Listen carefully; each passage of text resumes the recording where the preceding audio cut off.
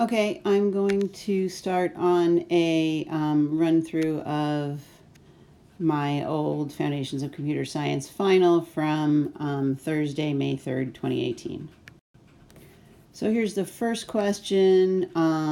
We have a regular expression, and we are asking, let's see, so it says, let Q be in the language of the regular expression, and then we have this long, messy regular expression. And it's asking us a bunch of questions about whether certain things are in the language or not in the language.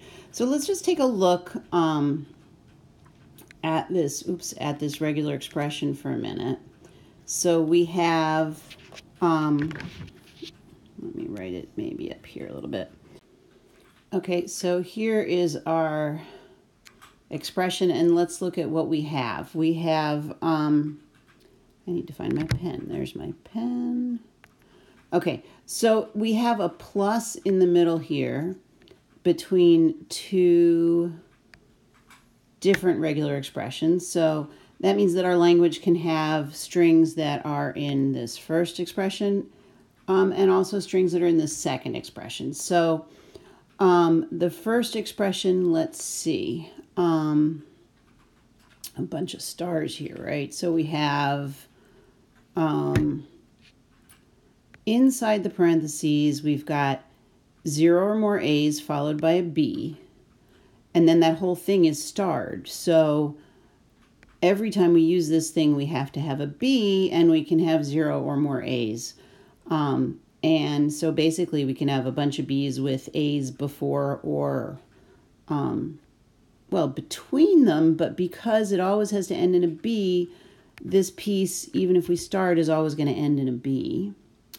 And then here we have C star, which is just as many C's as we want. And then on the right side, we always have to start with a DE. And then we can either have the letter G or 0 or more F's, right? Because we have that plus, so that's or. And then our strings always have to end with HI. So we're always going to have DE and then something, and then HI, if our string is taking this form on the right-hand side. If it's taking the form on the left, we talked about that already. So we have DE and then either 0 more F's or a single G in that blank. So now let's scroll up a little bit and let's take a look. Oh, let me get this stuff out of the way. It's not going to be very useful. And let's take a look at the different problems and see what we get. So here we go. So it's asking, is lambda in Q? Well, lambda is the empty string. Lambda is in Q if it is in either this expression on the left or this expression on the right, right? Because it's the combination of these guys that's in my language. And if I look at this, I have 0 or more of this thing followed by 0 or more of this thing. So if I take 0 of both of them, I can get lambda. So yeah. And what about A? Is A in Q? Well, we'd have to have an A just by itself. The only place that an A appears is here. And the only way we can get this A is if we have 0 more A's followed by a B, right? So it looks to me like you have to have a B if you have an A, so A by itself is not in my language. But AB, sure, because I could have an A, single A, then a single B. So I'd use the star thing just once, a single A, then a single B. And then I'd take 0 C's. So yeah, I think that AB is in my language. And so is ABC, right? Because I could just take a C after I take that. ABCD, no way, right? Because these two sections here, this one on the left and the one on the right, they're separated by a plus, right? And that plus means or, right? The string could look either like this stuff, right? Or like this stuff. Or the plus also means union, right? The plus is kind of, it's the union of these two languages. So there's nothing that mushes between them. And so that makes a bunch of these answers easy, right? Because A, B, C, D, nope, you can't have A's and D's together. A, B, C, D, E, no. A, B, C, D, E, F, no. A, B, C, D, E, F, G, no. Let's go over to the right and just do the ones on the right, and then I'll scroll up and we'll look at some more. is F in my language, just an F by itself? Well, no, because I absolutely, no matter what, if I'm using the F side of this expression, I have to have a DE at the beginning, right? So, so for sure, F is not in my language. DE by itself, no, because look, I have to have the HI at the end too, right? So DE by itself, no. GH by itself, no, because I need the HI. GI, no, because I need the HI. FG, no, because I need the HI. FGH, no. Oh, FGHI, we should look at this. No, right? Because for FGHI, I still have to have that DE at the beginning, right? And I don't have the DE at the beginning. So, no. Bunch of F's and then an I, no. All right, so let's see if I can squidge this and scroll it up a bit. And maybe take this guy and just really get out of the picture. So then we have on the left-hand side, there's another question, is A, B, C, D, E, F, G, H, and we know no because it's this union with this. So anything with an A and a D isn't going to work for this one. No. And again, no on that one. On the right-hand side, F, F, F, I. Well, the only way we can have an F, again, is if we start with the DE and end with the HI, so no. That was a pretty easy question. Okay, and the last one is AB, CCC. That looks promising to me. Let's just look. So AB, sure, we use this star to repeat twice, and this A we only repeat once each time. So we have AB, and then as many C's as we want. AB, yeah, that looks good. Okay, and now I have some questions about subset of Q, it says. So let's take a look. Of course, unfortunately, let me see if I can copy that string again. So we have it somewhere else. Sorry, not string, my regular expression. Let me move it. Yeah, let me show that down here. And let's scroll the rest of this up. And here's my string that I'm looking at. All right, so is A to the n such that n is greater than or equal to 0 a subset of Q?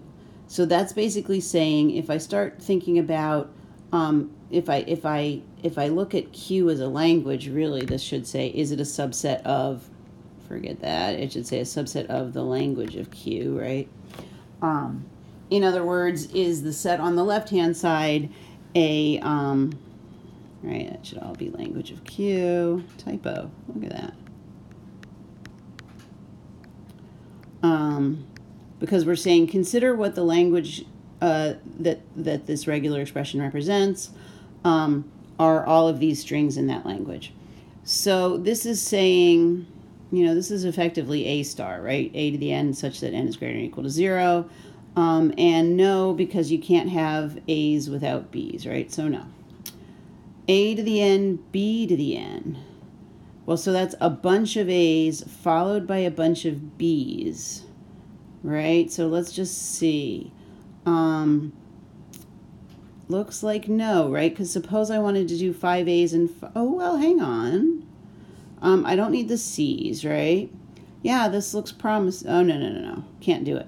Because I was thinking, what if I had 5 A's? Oh, yeah.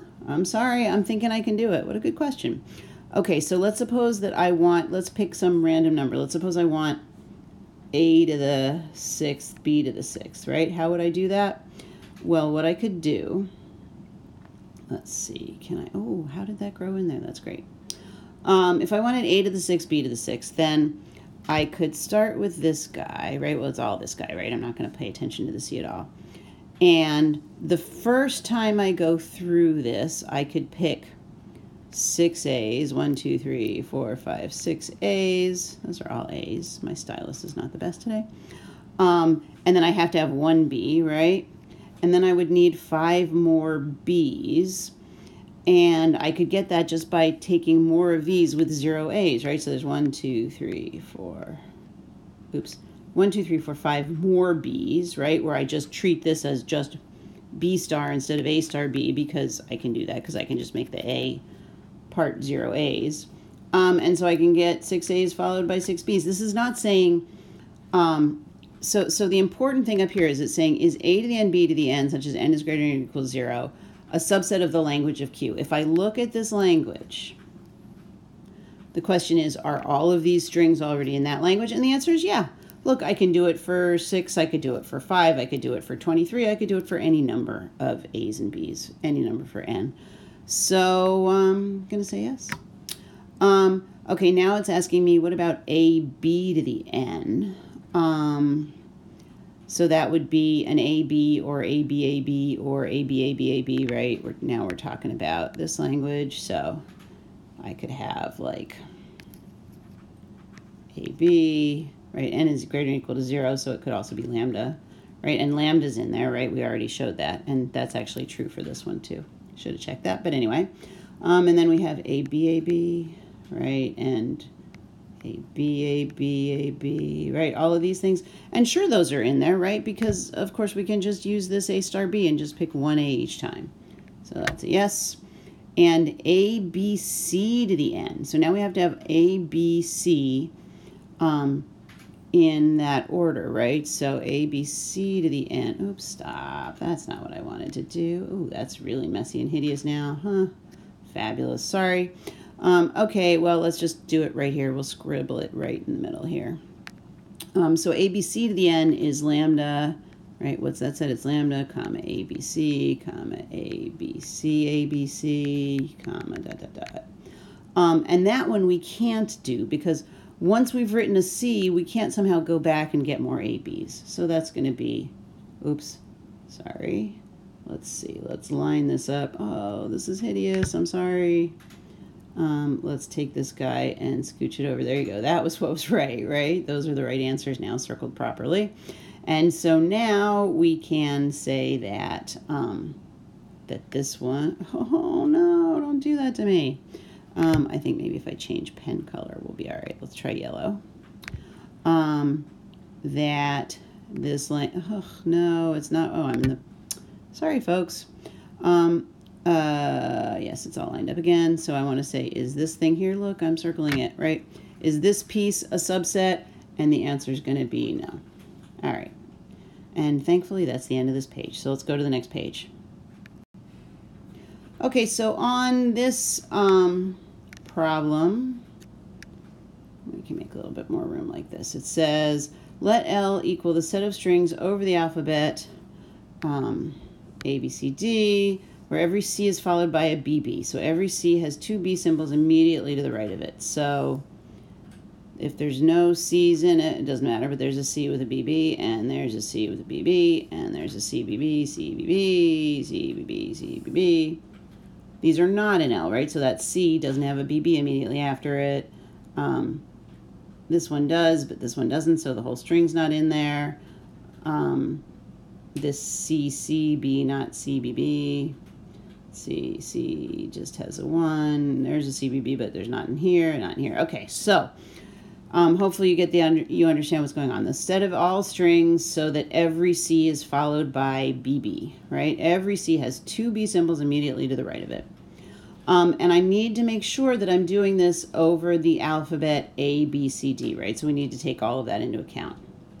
So let's think about what these strings look like, right? These strings basically have any letter, you know, it can have as many A's wherever it wants and as many B's wherever it wants and as many D's wherever it wants. But whenever we have a C, it has to immediately be followed by a BB, right? So actually there's a, I mean, you can do this a bunch of different ways, but here's the easiest, right? What I'm going to say is I'm going to do a big, let me shove this over slightly. There we go. Not the most obvious of software programs right now. I'm going to make a big mess. I'm going to make a big, there we go, not a mess, expression that I'm going to star, okay? I can have as many A's anywhere as I want, right? And I can have as many B's anywhere as I want. And I can have as many D's anywhere I want, right? But I can't have as many C's unless they're followed by BB's. So, oh dear, I put a comma there, didn't I? And I'm trying to do a regular expression. So A plus B plus D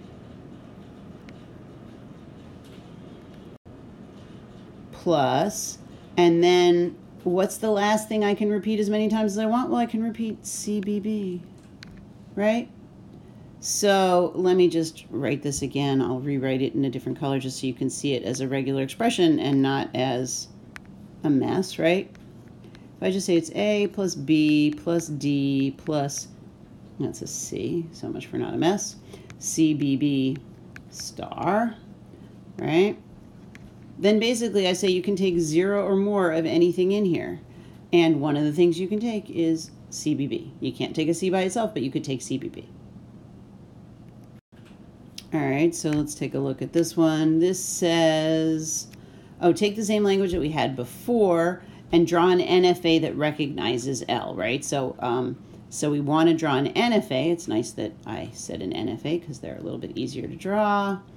That recognizes this language. Okay, so let's think about it. Lambda's in this language, right? So if we're drawing our NFA, here's my start state, and I'm going to have a double circle for state 1 because Lambda's in there, right? And then, you know, what did we say? We said 0 or more of all of those different things, right? So we can, in fact, just do like a loop here, right? And we could say this loop covers A or B or D. That works, right? But if we want CBB, now it's a little bit tougher, right? Because we can't just have 3 letters together on a loop. So what we're going to have to do, let's see if I can shrink this a little bit, there we go, is whenever we see a C, we have to see a BB after it. So we're going to have to do something like this. We're going to have to say, all right, well, if I see a C, I'm going to go to state 2. And then I'm going to have to see a B to go to state 3. And another B to bring me back to state 1. And as long as this thing looks like a C, now you should see what's going on. So I'm always looping to state 1, which is my accept state. And if I see an A, I can just loop to it. If I see a B, I just loop to it. If I see a D, I just loop, right? A, B, A, D, A. But if I see a C, I have to say C, B, B before I get back to that one and accept. Okay, so let's see what we got here. Ooh, that was big. All right, we said let M equal the set of strings over the alphabet A, B, C, D, and it says pay attention to the alphabet, don't forget that. Start with an A and contain exactly 1 C and 1 D. And we need to express this as a regular expression, and let's see, so it has to start with A, so all these guys start with A. I'm just looking at what's going on here. These are in M. Anything that doesn't start with an A isn't in here, but it has to have 1 C and 1 D exactly, so this one's not in because it has 2 C's. This one doesn't have either of those, so all right, and these are all in, so they should have 1 C and 1 D, 1 C, 1 D, 1 C, 1 D, 1 C, 1 D, a D and a C and a D, a D and a C. All right, so yeah, so the problem's correct, no typos as far as I can tell. So we want to come up with a regular expression for this, so let's see what we can get. Oops, let me move this down so we have some more space. So we want to start with the letter A. So we're going to put an A at the beginning. And then it has to have a C and a D, but it doesn't tell us in what order, right? So what do we have? After we have our A, we can have as many A's and B's as we want, right? We can only have 1 CD, but so we can have as many A's and B's as we want. So now we can say A or B star, right? And we don't know what the order is of the C's and D's, and this makes it a little bit trickier. Let me shrink this a little bit. So I can put it all in one line. Because what we're going to have to do is we're going to have to say, well, suppose the string has the C before the D. Well, in that case, come on. In that case, we're going to have the C, then optionally some more A's and B's, and then the D, and optionally we end with some more A's and B's, right? And I don't know how many A's and B's, so that's why I do the star. But that's only half of it, right? That's if the C comes before the D. The other way we could do this is to flip the two. So it's getting tiny. I'm going to say, can you see all that? Yes. I'm going to write plus, and then I'm going to have a little arrow here so you can see I'm continuing. We could also start with an A plus B. Come on, stylus, you can do it. Start with an A plus B. Oops, A plus B star, except that we have to start with an A, don't we? So it has to start with an A. That's the A here. Let's do it again. Start with an A, and then you can have as many A's or B's as you want. And then we have a D that comes up next. Oops, oh, wonderful. Oh, but that means I can shrink this a bit. Cool. All right, is that still sort of legible? All right, so then we have a D followed by as many A or B's as we want again. And then we have the C this time, right? So both cases we have one D and one C, and then I'm going to say A or B star here, so that if you look at this whole expression, what we've got is this one says the strings that start with A where C comes before D, but you could have as many A's and B's in between as you want. And this is the expression that starts with A and then D comes before C, and you can have as many of these A's or B's all mixed in there as you want. All right, let's take a look at this one. Oops, what the heck? Come on. Yeah. So now we want the set of strings over the alphabet A, B, C, D, same one. Start with letter A and also contain exactly one C. Yes, so it's the same exact set that was in part A. And, you know, thinking about the way we wrote that, regular expression, I'm going to draw this kind of in a very similar manner. So let's get a pencil. And let's see. So we have to start. Here's start. And here's state 1. And 1 is not going to be an except state, right? Because we haven't seen any C's or D's yet. And I'm going to say you have to start with an A to get to state 2. And state 2 can have a bunch of A's or B's in there as well if you want, right? And then we have to kind of decide, am I starting with a C or am I starting with a D, right?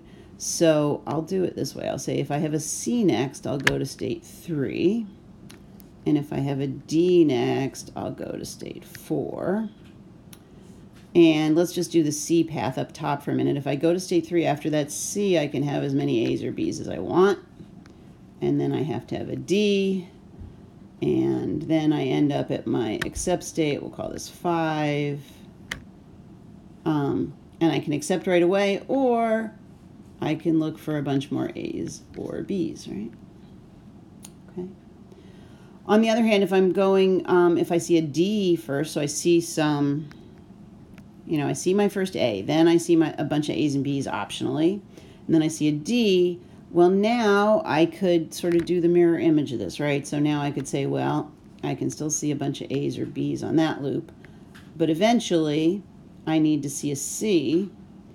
And I have two options here. I could actually point to state 5, but since I've already pointed sideways, I'm going to say I point to state 6, where I also have optionally as many A's and B's as I want.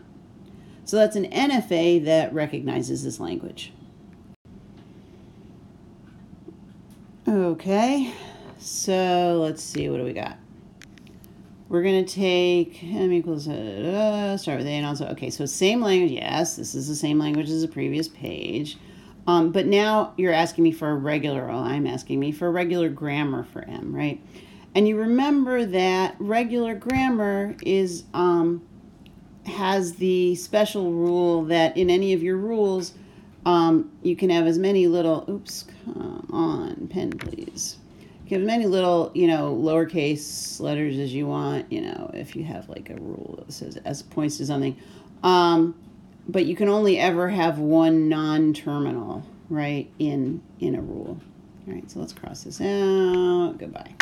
That was just to remind us what regular grammars are. So they start with the letter A and then contain exactly one C and one D. So again, I'm going to think about this sort of the same way that I thought about the regular expression and the NFA. So I don't know where to write this. Can I pull this down a bit? There we go. All right. So, okay. So, I am going to start with the normal start symbol. And let's see, it has to start with an A. So I'm going to start just by making a rule that, oops, sorry, I hope you heard that. I'm going to start by making a rule that just says have an A and then go on, right? Then do the rest. And what's the rest? Well, the rest, again, I'm kind of thinking about how my grammar went. After that first A, I can have as many A's or B's as I want, right? So I'm going to say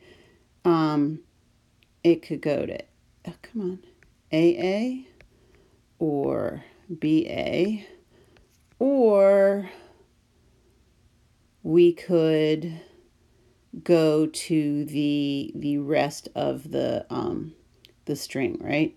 So let's say we go to, that's supposed to be a capital C.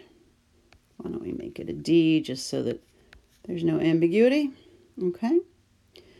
And I'm realizing I want more space. Let's see if I can make more space. Hang on. Okay, here we go. So what do we do now? Now we're going to have our C or our D. And again, I gotta kind of think about it in the order that I'm doing it. So what I'm going to say is, well, oops, sorry. Here's my capital D. At this point, this is the point where I have to make the choice. Let's suppose I start with a C first, then I'll go to part E. But I could also start with a D first, and that'll go to part, let's call it Q. And let's just work on part E, and then we'll work on part Q. So if I see a C, then at the next part, I can have A's and B's again. So I can say A, E, or it could be a B followed by an E. Or I can be done with my A's and B's, and I can do the D part that I need to do after that C part, right? So I could say, or it could go to a lowercase d followed by capital F. Remember that my variable letters, my terminal letters don't have anything to do with the string per se. So after I see that D, then I can just say I can go to AF or BF or in fact Lambda, right? So if we look, we've kind of got every path in here except for this DQ thing, right? So this one says if it has a C before the D, then we do C, and we go to the E part, and we have as many A's and B's as we want, and then we put a D and go to the F part, and the F part has as many A's and B's as we want, but it eventually ends. And we need to do that same thing here where we say we start with a D, and then we go to the Q part. So Q goes to, that's a hideous arrow. Q, we've already seen the D, so first thing we're going to do is as many A's and B's as we want. So we could have AQ or BQ or, and we've seen the D, so we need to see a little C. So we'll see C, and then we'll go to something called R. So when we get to this point, we've seen the D and the Q, right? So we've seen D, and then we've seen as many A's and B's as we want. And then we see the C, and we're going to R. And R goes to AR or BR or Lambda. And I think that's it. The only thing I'll point out is right here, this R, we could have also said it just goes to F, right? Because after we've seen both letters, we could do here and just have as many A's and B's as we want, and then lambda, right? R is in fact the same as F. I'm just going to clarify. You understand what I said? So basically, this grammar that I have here, beautiful, perfect, whatever. All I'm saying is we could get rid of this last line, right? Get rid of that R thing and change the R right here so that it reads the letter F. But we can just leave it the way I did it. This is absolutely correct with all these, with the R and the F together. Okay. So for this problem, it says build a mealy machine. Remember, there's mealy and there's more. And mealy, the special stuff is on the in between the mean, right? More has them on the state, so it's more. Processes strings over the alphabet ABC. The goal is to check whether the strings always have letters that are in alphabetical order. As long as they're in alphabetical order, the machine prints letters themselves. But once it discovers any letters out of alphabetical order, it prints a star for every letter it sees. Okay. So it says draw a mealy machine with at most 7 states that works as described above. It's possible to make it with fewer than 7 states, but the most you can use is 7. All right, so let's just look at some of the examples. If it's just an A, it writes A. ABB just writes ABB. ABBC, ABBC, very good. ABCB, it writes ABC star because the start out of order. ABC, ABC, we get A, B, C, and then star, star, star, because that's when it starts out of order. It's okay to have just a B, okay to have just a C, but BCC is BCC, CC, BC, all right, that's where it changes, so CC star, star, and good. Okay. So, let's see. What do we do? We're going to have our start. Okay, and when we first see letters, this machine didn't say what happens if there's an empty string. I guess if there is an empty string, then we just do nothing, right? So let's see. Here's state 1. And if I see an A,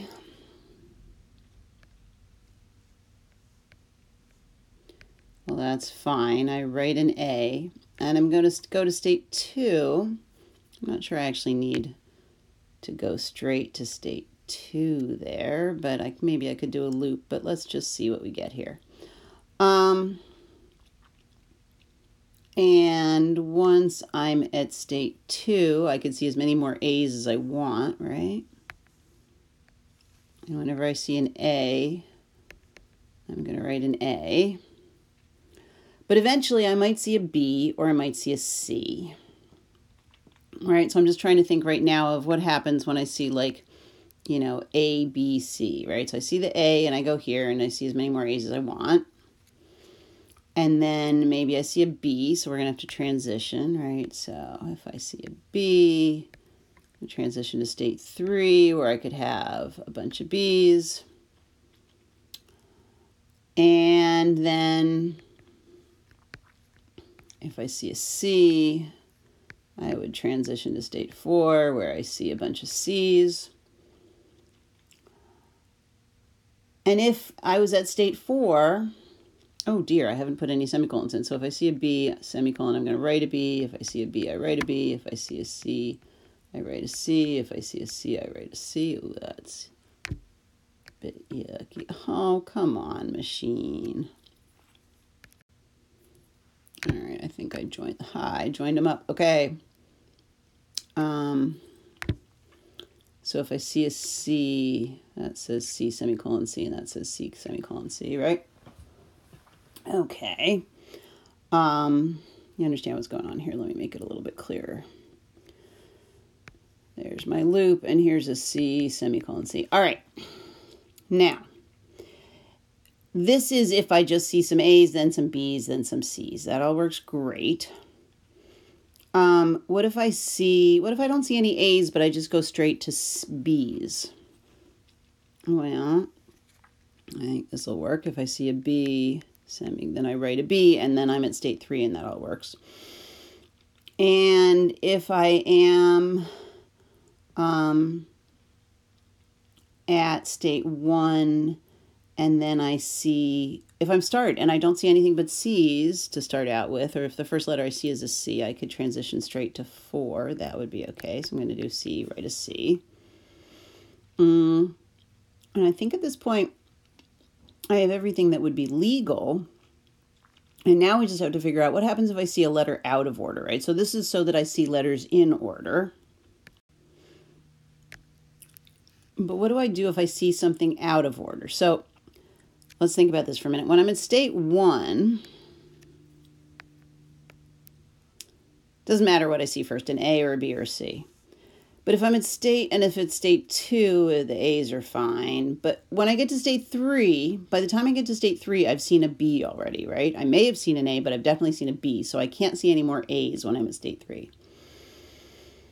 So let me move this down a little bit. If I'm at state 3 and I see an A, I need to kind of abandon ship and go to a, what was it? Did we have to write stars forever? Where'd it go? Yeah, prints a star after that. Okay. So if I'm at state 3 and I see an A, I need to go to some new state. What are we up to? 5. Let's make this 5. So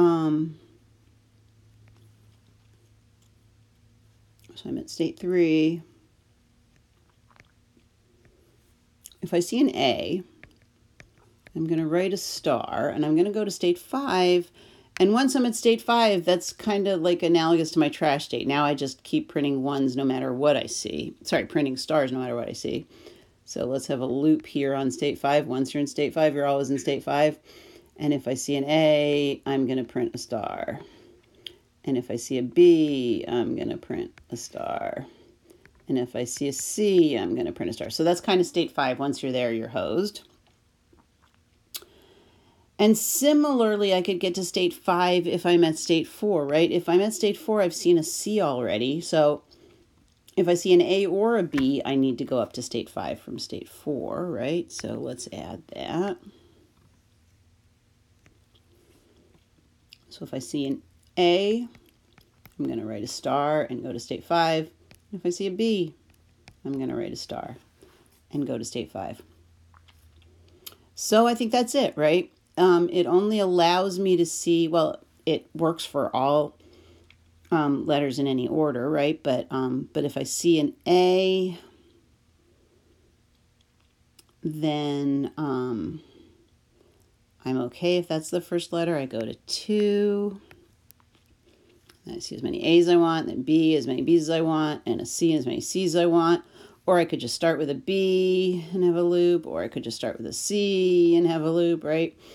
And, oh, I think I'm missing something here. I don't have anything that says I could start with an A and then go straight to the C's, right? So, because remember, when you're building a Mealy machine or a Moore machine, you have to, it has to be a DFA. You have to tell it essentially what, well, it has to be like a DFA, and that you have to tell it what to do under every situation. So I've just kind of been looking. I'm like, 1, all right, that has A, B, C out. 2, that tells me what to do with A and B, but not with C. And of course, if I see a C, that's still okay, right? I could jump straight to state 4. So how do I draw this?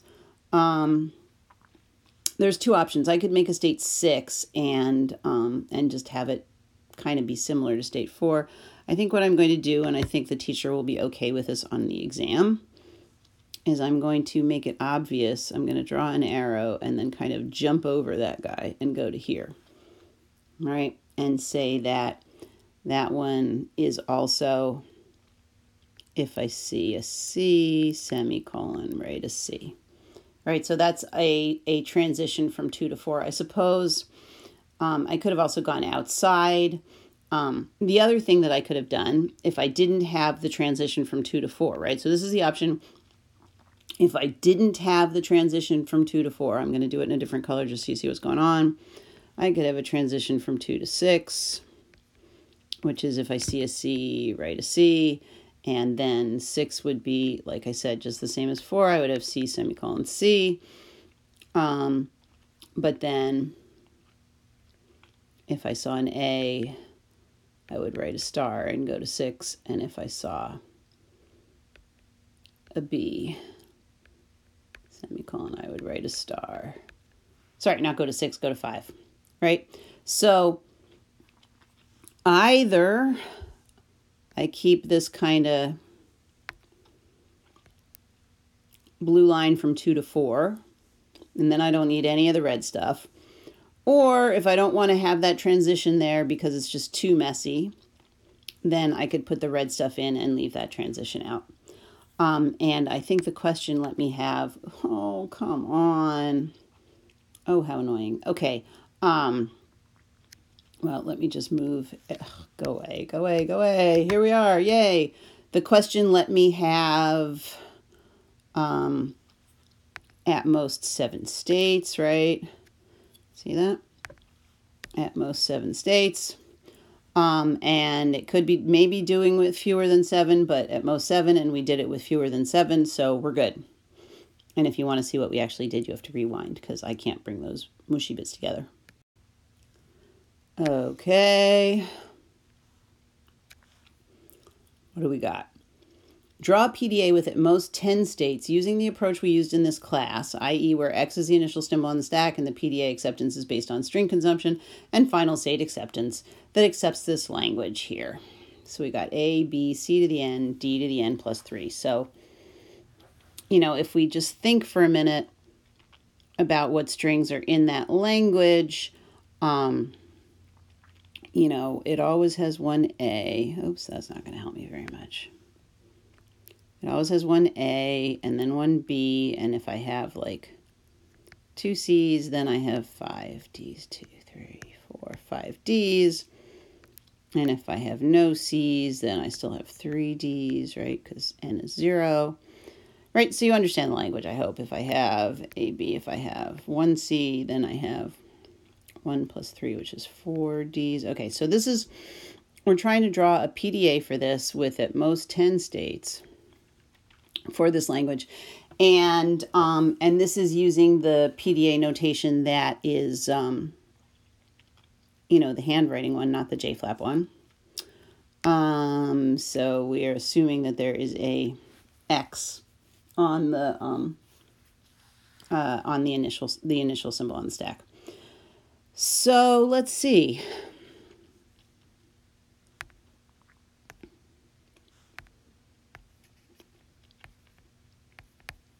Here's our start. And there's state 1. And what have we got? We see an A. I don't really care what's on the stack, right? Well, I mean, it's going to be an X, but that's okay. So the first thing I want to see is an A. So if I see an A and there's an X on the stack, then just do a no op. Leave it alone. I don't worry about the stack yet. That takes me to 2. And again, I just need to see the B. So if I see a B and there's an X on the stack, then do a no op. Okay, and that'll take me to 3. And now I have 2 options. Option 1 is that I can push something on the stack every time I see a C. And then when I see D's, I have to get rid of 3 first and then match everything up to the one that's on the stack. The other option is that I could, well, let's do that option and then I'll show you the other way that we could conceivably do it. It's a little messier, but it's fine. So I see my A, I see my B. Now what I want to do is whenever I see a C, I want to drop something on the stack that's going to help me remember how many C's I've seen. So I'm going to have a loop here. And I'm going to say if I see a C, then let's just put an A on the stack because C is hard to write. Upper versus lower. And oops, what am I writing? If I see a C, where's my eraser? I think I actually do have an eraser. Is this the eraser? Let's see what happens if I do that. Ooh, look at that. Yay. All right.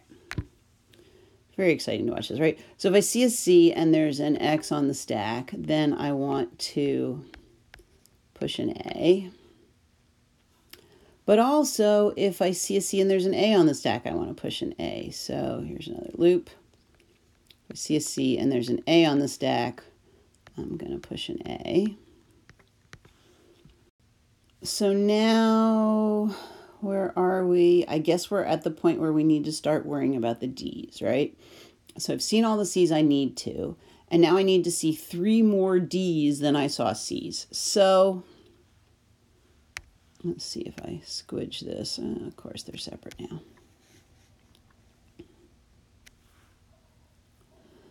So what I'm going to do is I am going to, no matter how I do it, it doesn't really work beautifully. I guess what I'll do is I'm going to say there's a couple of options here, right? If I see a D and there's an X on the stack, right? That means that I didn't see any C's whatsoever, right? I didn't push any C's. So if I see a D and there's an X on the stack, then I'm just going to do a no-op, and I'm going to go to state 4. And then I'm going to have to see another D, right? Because I need 3 more than the number of C's, X on the stack, and I'll do another no-op. That'll take me to 5. And I'm going to do another D, C and X on the stack. Do nothing, and if I've used up my whole string, then when I get to state 6, I'll accept. Because remember, we accept based on using up the whole string. So this works if I don't have any C's in my string, right? Because if I have any C's in my string, then as soon as I see a C, I push an A, and so I won't be able to take this jump. So what I need to do is let myself do something similar if I do have an A on the stack. So I think what I'm going to do is I'm just going to add another transition between 3 and 4, which says if I see a D and I have an A on the stack, still do a no-op. Okay. So what happens here? If I see suppose I have, suppose this is my string, A, then B, then 1 C and 4 D's. Okay. Where would we be at this point? Well, I would have seen my A and done nothing, seen my B and done nothing. I see my C and there's an X on the stack, right? So let's write it out as some tuples. Okay, that's a little bit prettier. So let's see. Suppose that I start at state 1 and I have this whole string A, B, C, and then 4 D's.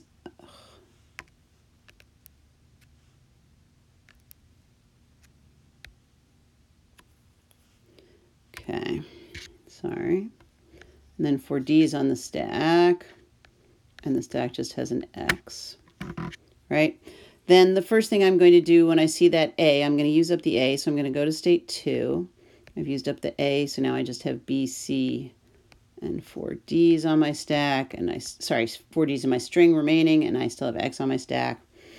And then I'm going to transition to state 3, where I will use up the B, so I'll have C and 4 D's in my string and an X on my stack. I'm not done yet. Note the whole point here is that this is not correct yet. I'm not done my PDA, but I want to show you where I'm at. So now I'm at 3, and I see a C, and there's an X on the stack, so I'm going to take that loop back to 3 and push the A.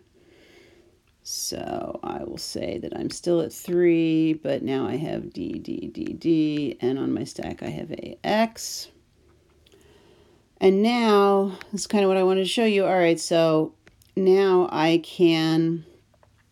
have this D, right? And there's an A on the stack. So I can do a no-op and get to state 4. All right. But that does process the D, right? So now I'm at state 4, but I only have 3 Ds left. And I have AX on the stack. And what I did with that last step, what this guy does here, is it gets me out of one of those extra 3 Ds that I need, right? And I still am going to have 2 extra Ds plus however many more Ds I might have because I have A's on the stack. So what I'm going to do, hang on. Actually, you don't have to hang on. I can do this while you're watching. I'm going to erase this string because it's the same. It's exactly the same string as I had up here, right, when I started with when I was doing this trace. What I'm going to do is I'm going to add to my machine a little loop here on 4. So essentially, if you think about it this way, here's what I'm going to do. I'm going to use up one of my Ds here, one of the extra Ds. Then I'll get rid of all the ones that match C's, right, that have N. And then I'll have the last 2 here where I have that X and no op. So what I'm going to write up here on the loop is I'm going to say if I see a D and there's an A on my stack, now is the chance to use up that A. So I'm going to pop. Okay. And I'll pop that for as many A's as I have on my stack to use up all the D's that match the C's, and then I'll keep going. So where am I in my trace now? I was at 4 and I had D, D, D, and AX. And so now I'm at 4 and I have a D and an A, right? So D is my next letter to process and A is what's up on the stack. So I can do that loop. So I go to 5 and I process 1 D and I pop that A. So I'm back to having X on the stack. Oops, sorry, I'm still at 4. I'm getting good with the eraser now. Let's get rid of that. And let's put a 4 in there. And now I can't take that loop anymore, right? Because I don't have an A on the stack, I just have an X. But now I can get rid of the other 2 Ds that were the extras in my language, right? I had to have 3 more Ds than I had Cs. So now I can, now I have a D coming up and X is up next, so I can take that transition from 4 to 5, process 1D, still have an X on my stack, and transition from 6 down to 6. So 6, I now have Lambda on my stack, right? Nothing left on my stack. And sorry, I have Lambda in my string, no string left to process, and I have an X still on my stack. And I end up at state 6 with nothing else to process, and 6 is a double circle, therefore I win. Yay. Okay. Let's just try this with one more. I'm not going to show you the other way I was thinking about building this, but what I will show you is let's just trace one more example. Let's trace an example that doesn't work. So let me erase all this stuff. That's not the eraser, that's the eraser. Go away. This is going to take forever, but... Okay, it's beautiful and clean. And let's do an example of something that's not in here. So let's suppose that we start at, what state is it? 1.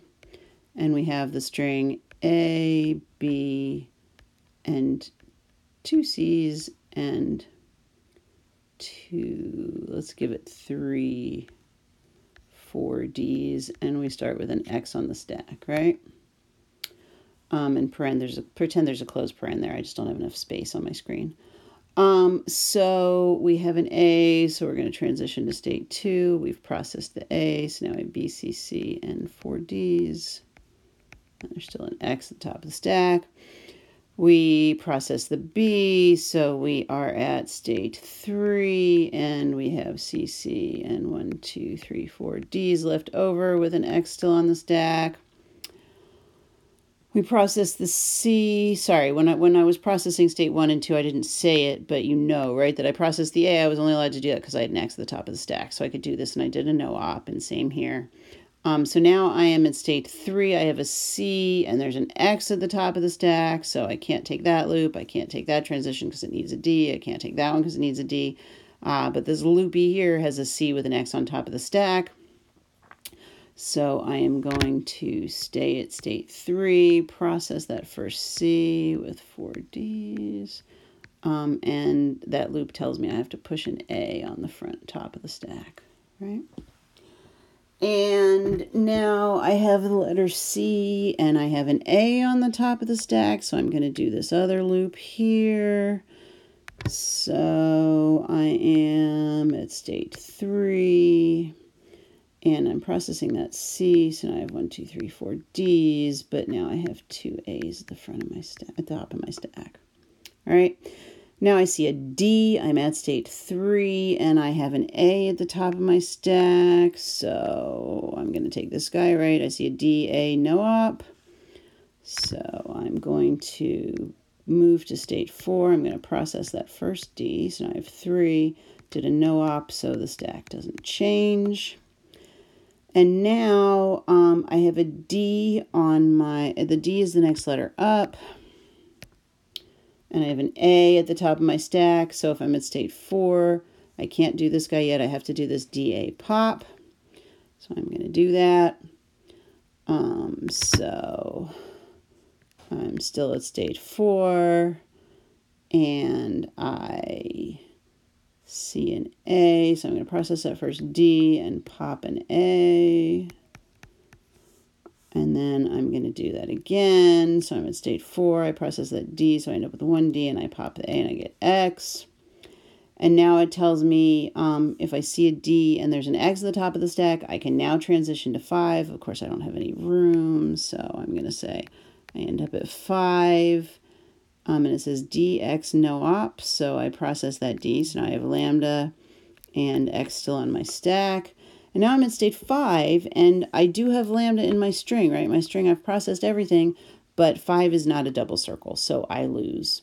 And similarly, if I got to state 6, but if I'd had too many D's in my string, I would get to state 6. There would still be D's left over in the middle part of this expression when I got to state 6, and that would mean I can't accept, because you can only accept on a PDA if you use up all the characters in your string.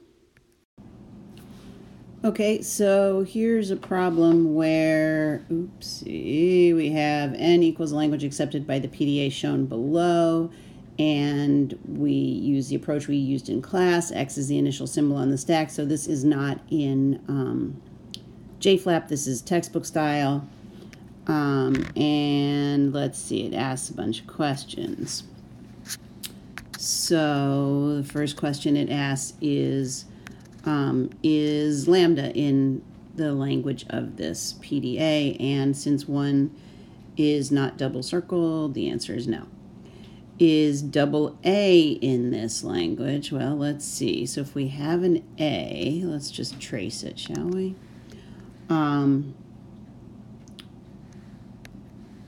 So if we start out with, we're going to start out, on state 1 with AA and X on the stack. And once we see that AA, just looking, where can I go with an A? I only have these 2 possibilities to leave to process this first A, and there's no lambda jumps, right? And it looks like since I have an X on the stack, I have to do this one. So I'm going to start by saying I stay at state 1. I've processed that first A, and now I have, let's see, push A. So now I have AX on the stack. And now that I have AX on the stack, I have to take that bottom loop, which still leaves me at state 1, process that A, so now I have nothing there, and I have A. I should make that look more like an A.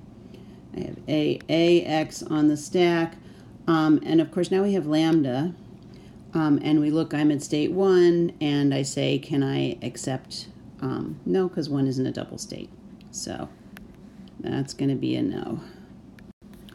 Okay, what about BB? So we have BB, oops, sorry. We're at state 1. We have BB in our string, and X is at the top of the stack, and the only thing I can do is take this. Oh, I can't even take that, right? Because if I need to see an A on the stack in order to take that B. Yeah, I don't see anything, so I'm going to say nope, not in my set. Sorry, yeah, not in my language. Okay, now we have CC. Let's see what happens. So we kind of know now we can't start with a B, which is interesting, right?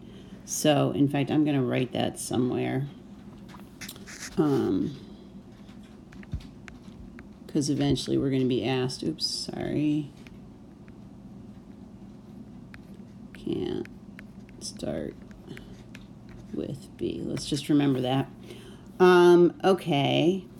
So CC. So what happens when we have CC? Well, you know what? I'm not even going to go there because look, if the first C we see has an X on the stack, it can't do this, can't do this. The only thing with a C that gets us out of state 1 is this one, and you already need to have an A on the stack. So it looks like for these guys, I need to start with an A in order to get a C or a B after it. So let's just make a note that we can't start with B or C. And let's say CC is not in there. Now, DD is interesting, actually. Let's just manually go through this instead of tracing it. If I see the first D, it says see a D and there's an X on the stack, do a no op. That gets me to 2. The second D says if you see a D and there's an X on the stack, well, there is because I did a no op here. Then continue on to 4, and that'll have processed my whole string, and I get to 4, which is an accept state. So hurrah, we found something in our language. So DD is in the language. Now it says, what about AAB?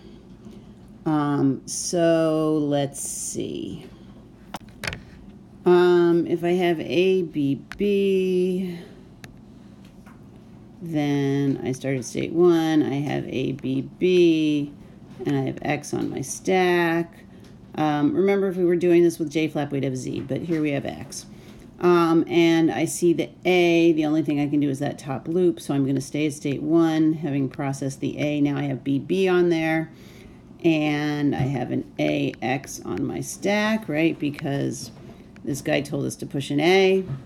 And now I have a B, which is okay. I can because I have this BA pop, I can take that, so I'm going to process the B, so I'm going to have a B left in my string. The processing says that I pop, so I'll have X on my stack, and I'll be at state 2. And now if you look, I don't have any way to get rid of this B here, right? The only thing I can do is we've got that BA pop loop up here, but I can't take it because I don't have any more A's here. So I'm just trying to get a feel for what's going on here, right? It looks like if I take this top path, I can have a bunch of A's, and then I'm going to have to pop off, well, yeah, I'm going to have to pop off all the A's with matching B's, and then I can have a D to get to the end. So it looks like in order to take this top path, I'm going to have, A to the N followed by B to the N, and then a D. So that looks like it's part of my language, right? So I might write that. Let's see, do I have any other colors here?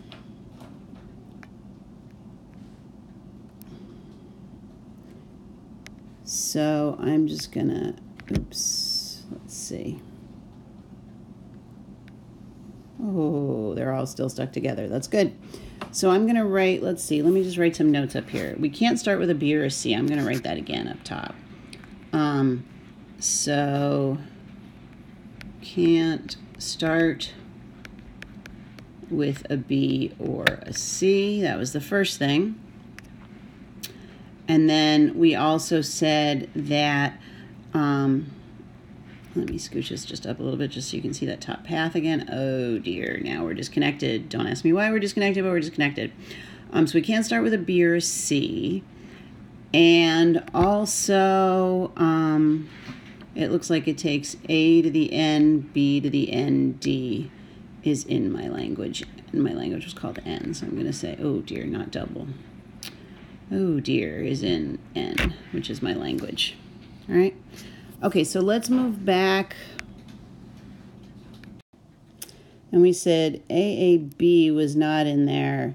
And AABB isn't going to be in there either, right? Because, you know, if you take it, if you trace it, you'll see that, or even if you look, right?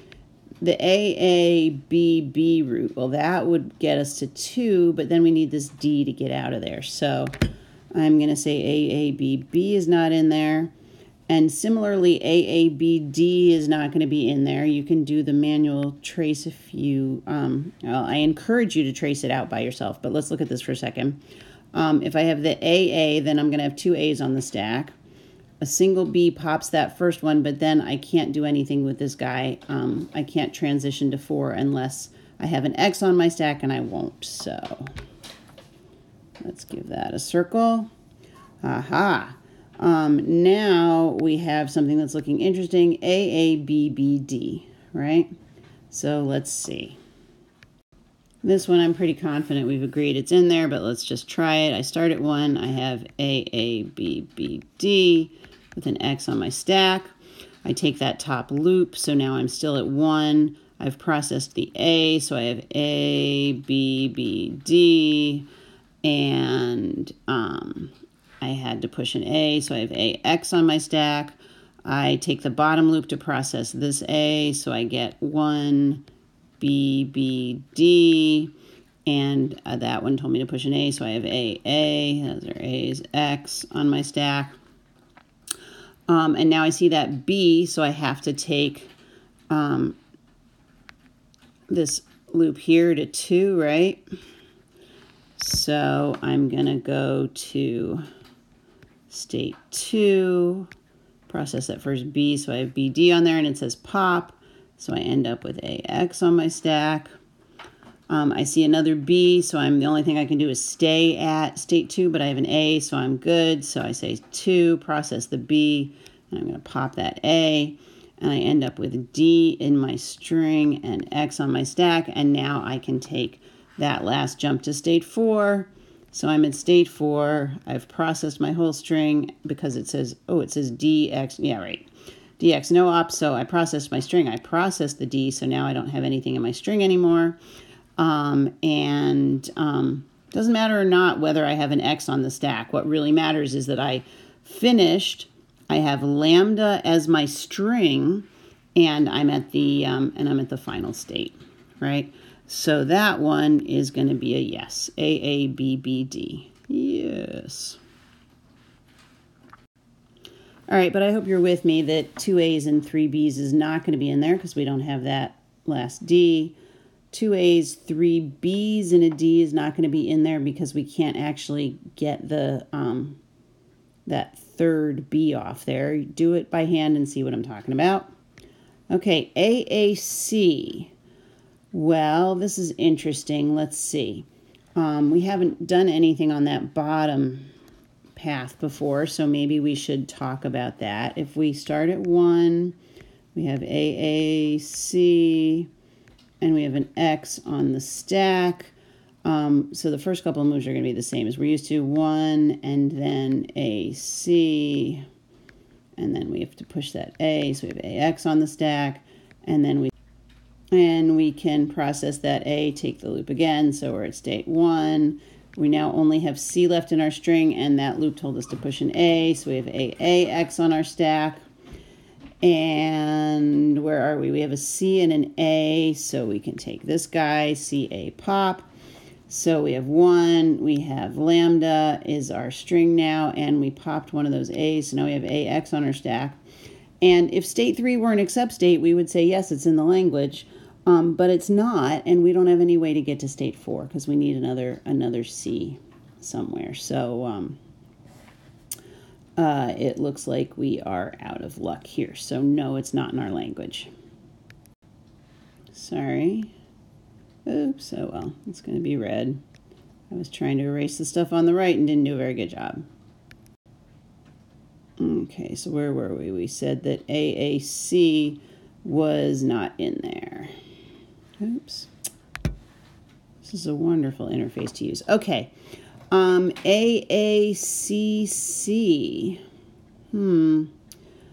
Let's just think about this without me tracing it. You can trace it yourself. But if we have AACC, we end up with 2 A's on the stack. We pop one of those A's. We still have an A on the stack, so we have to take this loop, pop it, and then, oh, look, we can't take this guy there. So it looks to me like if we take this bottom root, we have to have one more C than we have A's, right? Does that make sense? So I think what we need to do is just, can I zoom up without losing everything? Let's see. No, of course not. Hang on.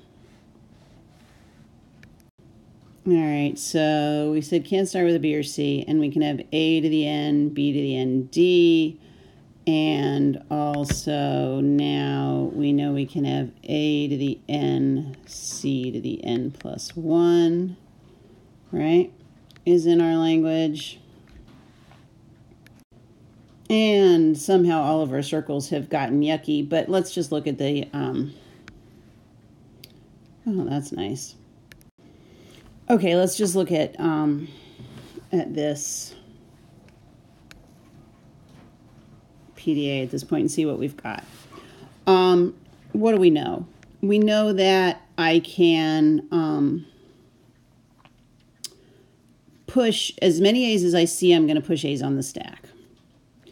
And if I take this root, so I see C's after the A, I need one more C than I had number of A's.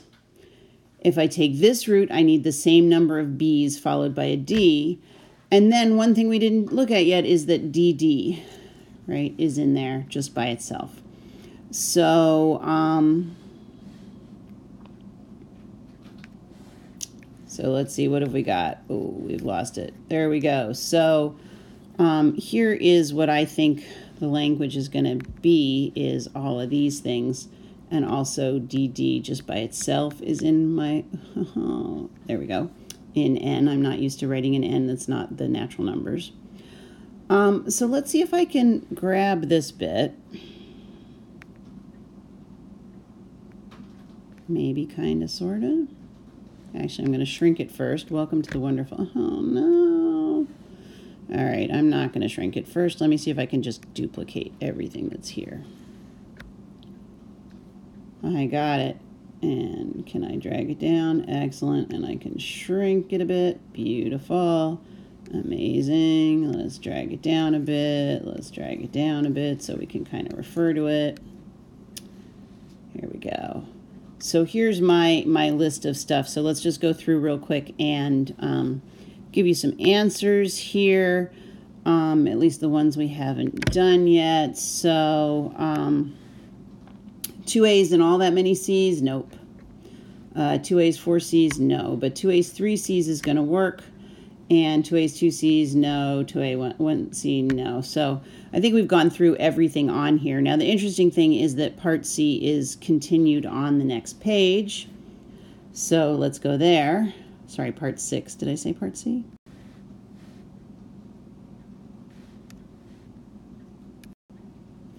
So here we go. Let's see. In this part, we're asked to describe the language and of the same PDA, right? And in the first part, it says that we need to describe the language as a set. And in the second part, we need to accept it in words, just so that if you get the first part wrong, I would still give you some partial credit. So in terms of what set is this, using set notation, let's see, let's make it a little bit bigger. Well, we can still see that. Now, you know what I'm going to do? I'm going to push it down, and we're going to write it in set notation above, and you will just have to deal that it's not in the box. So what am I going to say? It's going to be the union of a couple of different sets, right? So the first set that we have is the set A to the n, B to the n, D, such that n is an element of n. And we're going to union that with just the DD if I do that. So that's just a single string. And we're going to union that with, if we take the bottom, which is A to the n, C to the n plus 1, such that n is an element of n. So there's my answer in set notation. If you want something, an answer for the second part, just in case you couldn't get the set notation one. Oh, look, they're all moving. Isn't that nice for once? Let's see. Let's shrink this a little bit and move it over so we can write. So it says, describe it in a way that somebody who understands set, string, and language, and describe the language, but nothing else. So you could say something like, this language is 3 different sets of strings.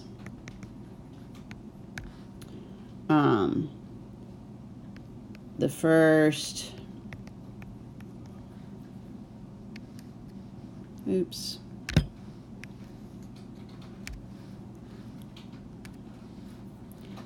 is strings that start, well, let's say that start with A's and then have, what was the letter we had after the A's? It was A to the N, B to the N, and then D. And then have the same number of B's, and then a D at the end. And how did I start this out? Oh, how did I start this out? I said it's 3 different sets. The first is a string. The second is just, oh, I even write this one, DD, right? The set containing DD. Of course, it doesn't move them all together. So what was the last? Now it does move them together. Go figure. The last one was A to the N, C to the N plus 1, right? The second is just that. And the last is start with 0 or more A's and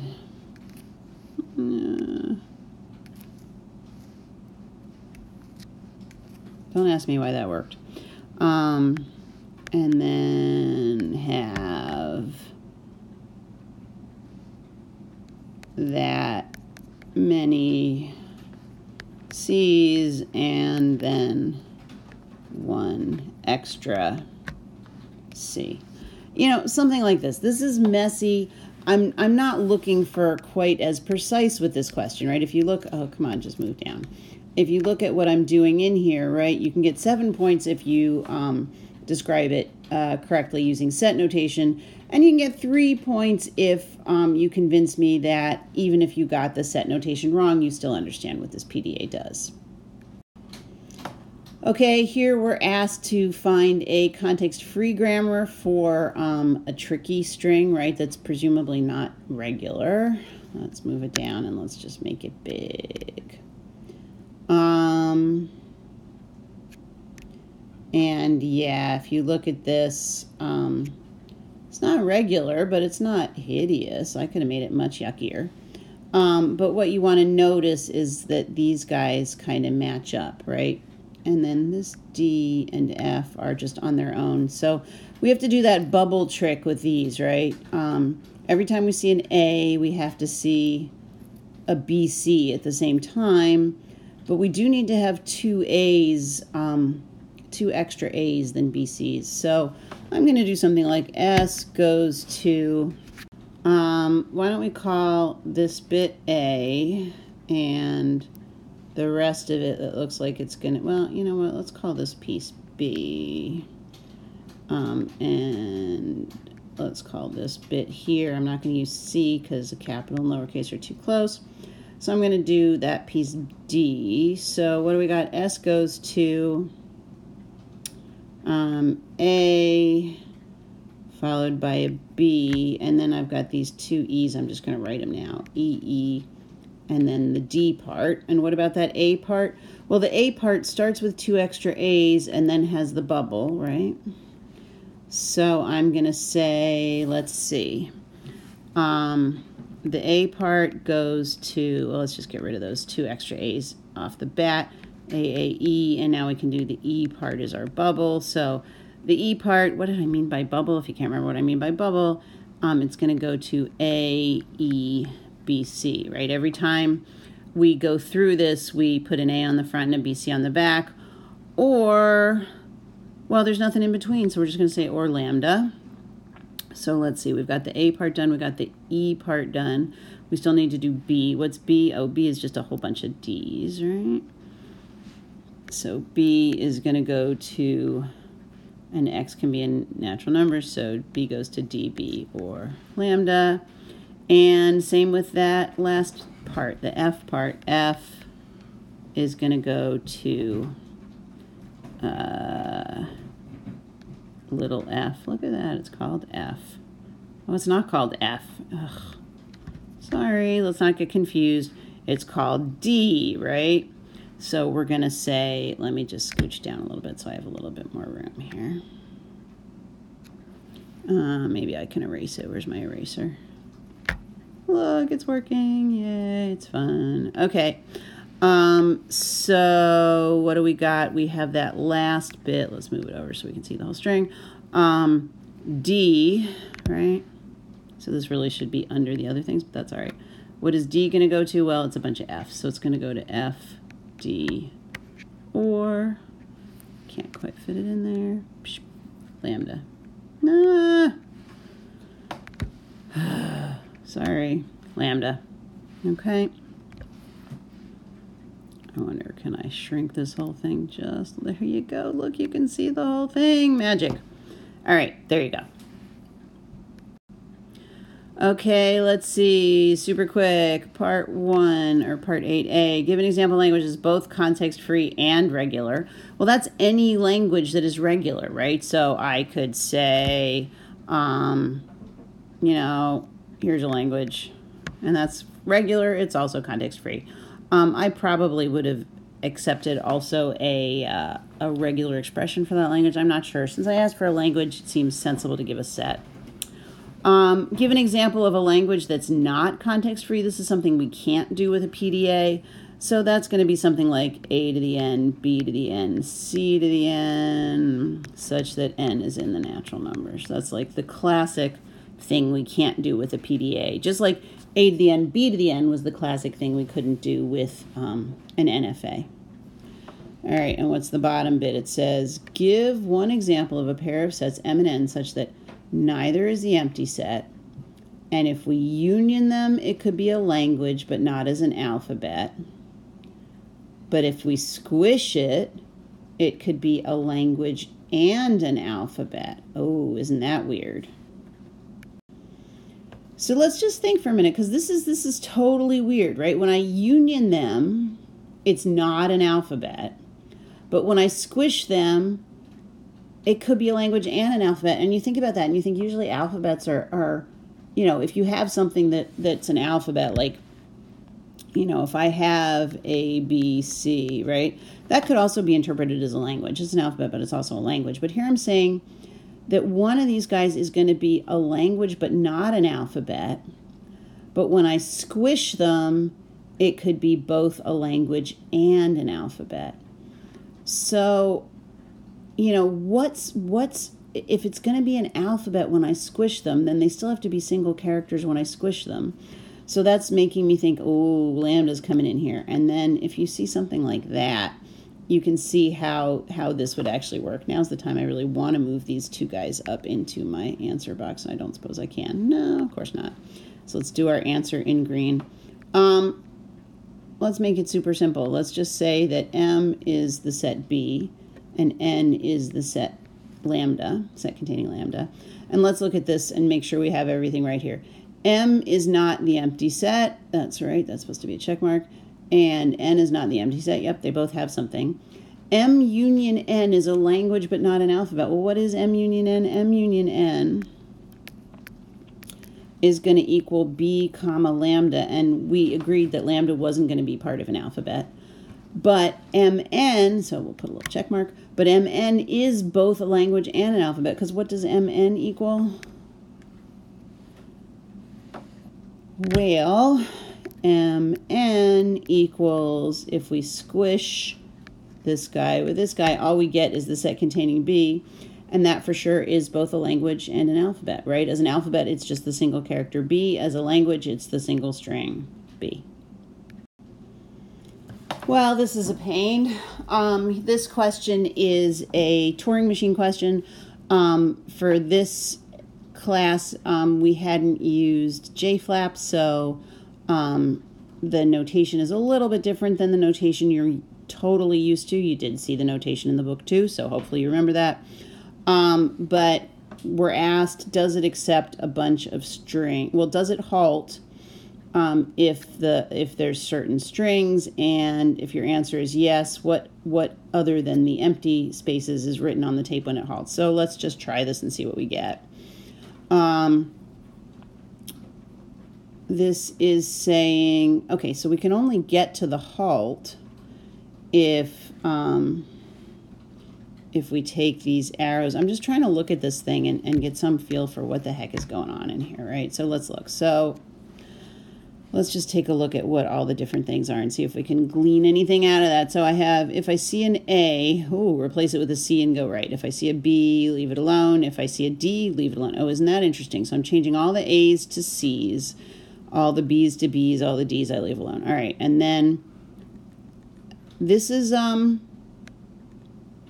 if I see the empty string, then I'm going to replace it with the empty string and go left. So it looks like I'm going to keep going, replacing A's, B's, and D's. As long as I start out with just A's, B's, and D's in my language, I'm going to be good, and I'm going to be able to go left. And, of course, I change the A's into C's. So after I'm done, I have B's, C's, and D's. So then this looks like this is going to rewind me back to the beginning of the string, right? Because if I see a B, write a B, go left. If I see a C, write a C, go left. If I see a D, write a D, go left. Notice that all my A's turned into C's, so so this is kind of going right, and it leaves B's and D's alone and then changes A's into C's. And this is going left, right? So and I leave everybody alone, but I go left until I get to before the beginning of the string, right? Again, I can only go left if I have B's, C's, and D's, but that's okay, because as long as I start with A's, B's, and D's, I'm good. And then I go right, so I'm at the beginning of the string again. And, oh, check it out. Now I'm replacing B's with A's, but leaving the C's and D's alone. And I'm going left again. Ooh, this is weird. And then what am I doing here? Replacing A's with A's, C's with B's, and D's I leave alone. So let's just see what happens here. The D's I never change, right? So the D's, so it looks like I'm going forwards, changing some stuff, go back to the left. Forwards, changing some stuff, go back to the left. Forward, changing some stuff, and then I go to the last letter in my string. If this doesn't make sense to you, my analysis of this so far, copy this into JFlap and and keep an eye on what you get, keeping in mind that lambdas here are the empty box in JFlap, right? And the notation's slightly different. So what's getting changed? Let's see. So I'm turning A's into C's, and then B's into A's, and then C's into B's. Let me just write this on the right-hand side and see what I get. So all of the things that were A's get turned into C's. This is just my scribble to try and figure out what's going on here, right? In fact, let me undo that. And let me write it up here. So this piece is going to be turn A's into C's. And then that's just kind of what this part does. And this part is just go left, right? And this is turning B's into A's. So turn B's into A's. And this guy is just go left again. I mean, we have to, on this one, it's turn A's into C's. And the only letters we can see are A, B, and D, right? So if we see anything other than A, B, and D, we're never going to get to the end. And then this one is leaving the A's alone. On this one, I'm now looking at this last one here. Leave the A's alone, turn the C's into B's. So let's see. So turn C's into B's. So what do? We turn all the A's into C's, make the B's A's, and then we turn the C's back to B's. This looks like I'm swapping A and B. Do you see that? Right? So turn the A's into C's. So anything that was an A becomes a C, but then later it becomes a B. So anything that started as an A becomes a B in the end.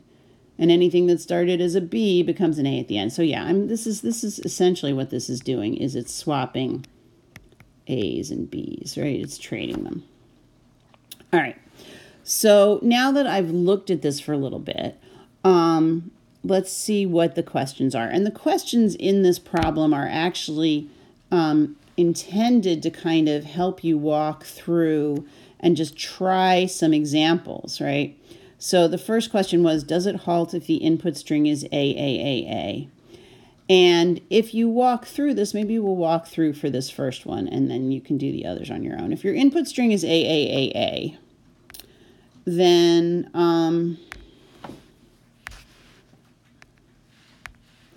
what happens? Let's suppose this is my infinite tape.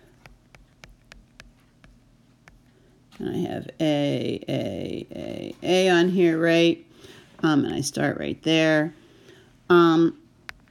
This first guy is going to see an A, replace it with a C, and go right. All right, so now I'm pointing here, and I have a C there. And then C and A, replace it with a C, and go right. C and A, replace it with a C, and go right. C and A, replace it with a C, and go right. So I end up here. Now I see the space, so I'm going to go left.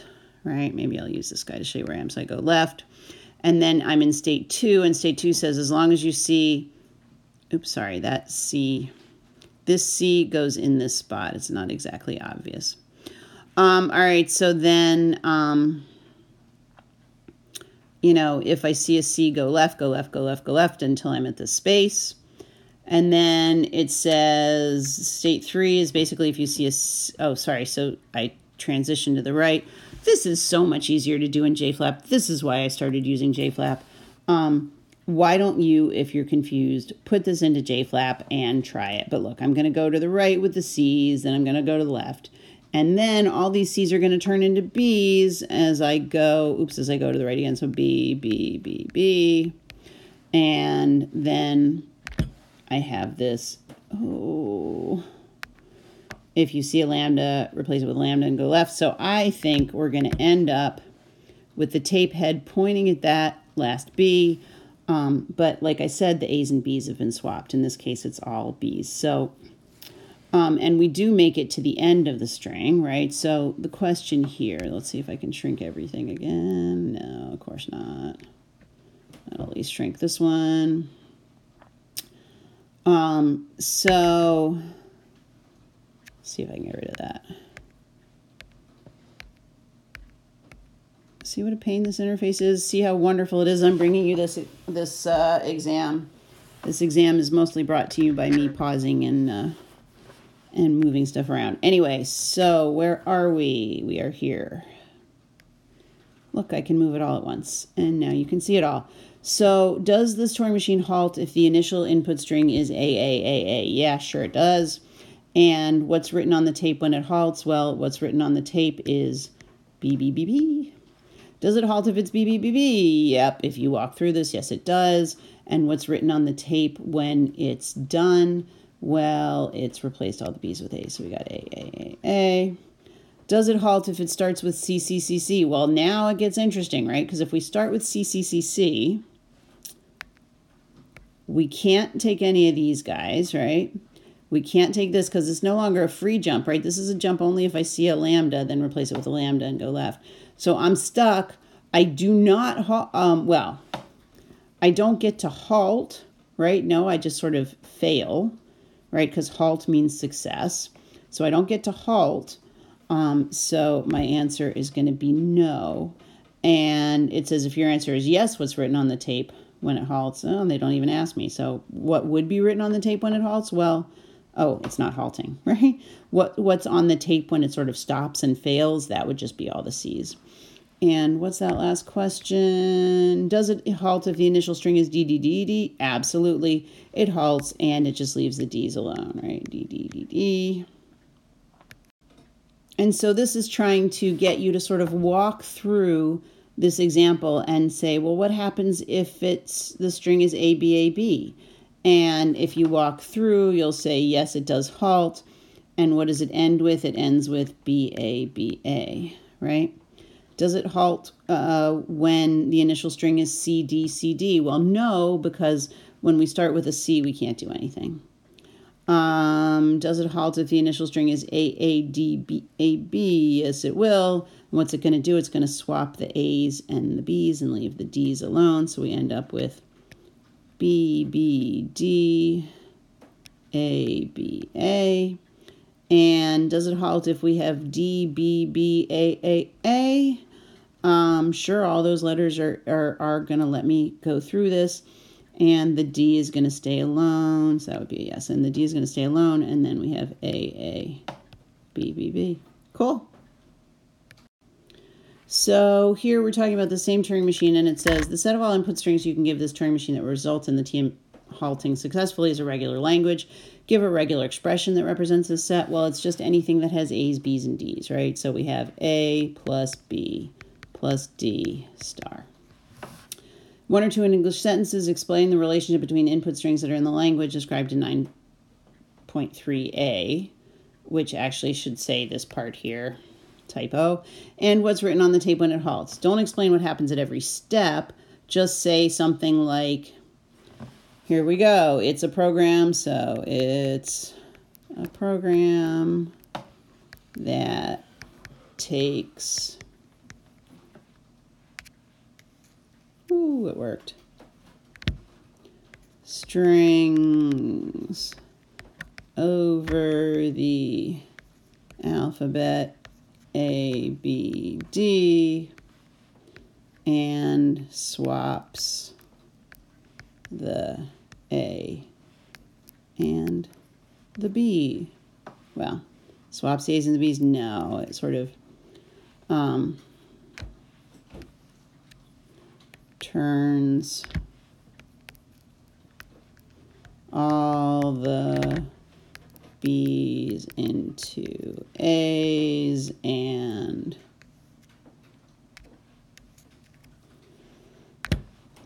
all the A's into B's. Okay, let's take a look at this. Suppose you're trying to prove the language A, B to the N, C, D to the N is not regular, and you're using proof by contradiction using a pumping lemma. You decide to prove this using that string, and M is the number from the pumping lemma. You say it can be split into three pieces, X, Y, and Z. So let's look at this for a minute, right? Remember that when we use the pumping lemma for regular languages, let's see, squish this over and move it over here a bit. Okay, when we use the pumping lemma for regular languages, remember that we squish it into an x, y, and z part, and y is not empty, so the size of y is greater than 0. And, oops, that's not going to help me. The xy part, the size of that is less than or equal to m, right? So since we start out here with ab to the m, we kind of know that the xy part is includes the first a, and then a bunch of b's, m minus 1, up to m minus 1 b's is the maximum, right? So if I were just writing this out in my proof, I might write something like this. Well, there are 3 cases, right? And the 3 cases are y is just an a, right? And if y is just an a, where's my language again? Here we go. Okay. If y is just an a, then x, oops, come on. Then x is going to equal lambda, right? And z is going to equal everything else, so b to the m, c, d to the m, right? That's case 1. And case 2 is y is just a bunch of b's, right? So this was case 1. Here's case 2. Y is all b's, right? So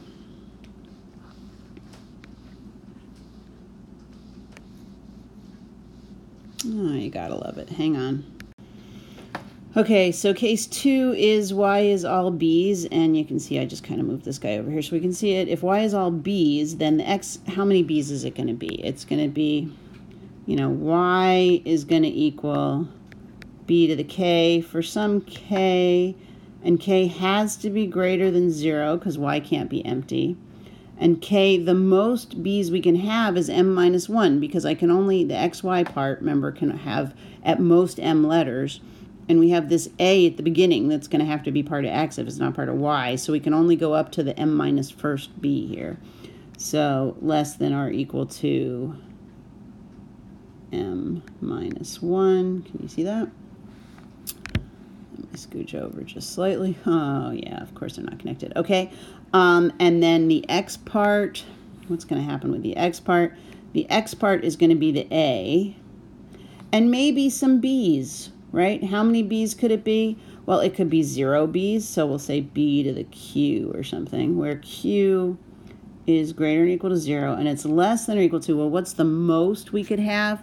Well, we could have, what, you know, y could just be 1a, and we could have all the in-between ones. Y could be like the last a, or sorry, the last b, and all the rest of them could be in x.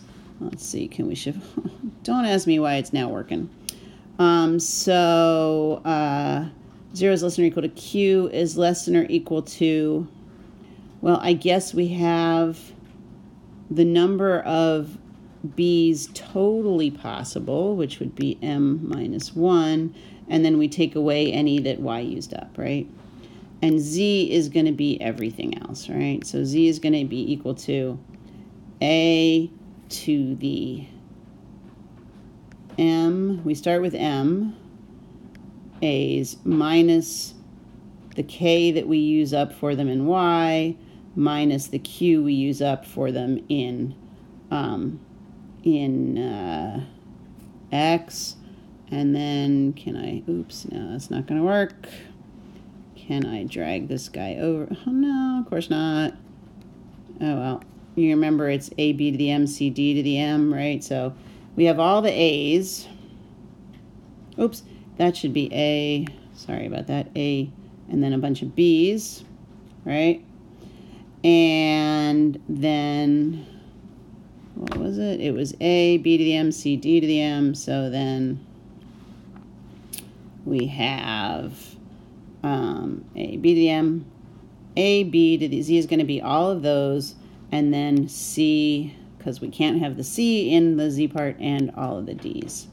Okay, so this is case 2. Yeah, you gotta love it. All right, where are we? That's B. It should look like that. Hang on. So let's review where we were.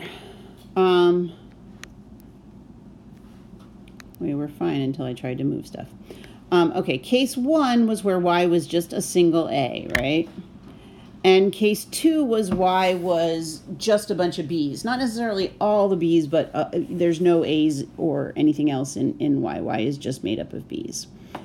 Right, and so the third case is when Y has that A plus some B's, right? So that's not going to work, and that's not going to work. But we'll make it work anyway. So case 3 is Y has A and some B's, right?